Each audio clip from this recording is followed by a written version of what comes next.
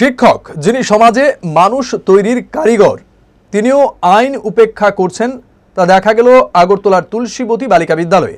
এই স্কুলের শিক্ষক তাপস সাহা, তার ছেলে এবছর উচ্চ মাধ্যমিকের পরীক্ষার্থী এবং সেই ছেলের পরীক্ষায় আসন পড়েছে এই তুলসীবতী স্কুলে।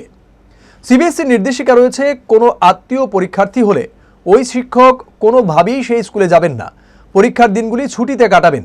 শুধু নিজের স্কুলে না, অন্য কোনো স্কুলে পরীক্ষার সিট পড়লেও তাকে ছুটিতে থাকতে হবে। কিন্তু বৃহস্পতিবার সিবিএসসির কেমিস্ট্রি পরীক্ষার দিন ছেলে যখন তুলসীবতী স্কুলে পরীক্ষা দিতে আসছে, তখন বাবা নিজের গাড়ি চালিয়ে পরীক্ষার প্রশ্নপত্র নিয়ে স্কুলে ঢুকলো।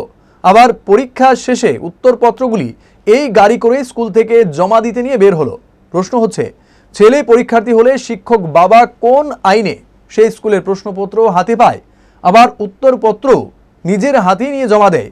কোথায় আইন, কোথায় প্রশাসন, কোথায় শিক্ষা দপ্তর? This news is brought to you by Himalayan International Residential School, Siliguri, West Bengal.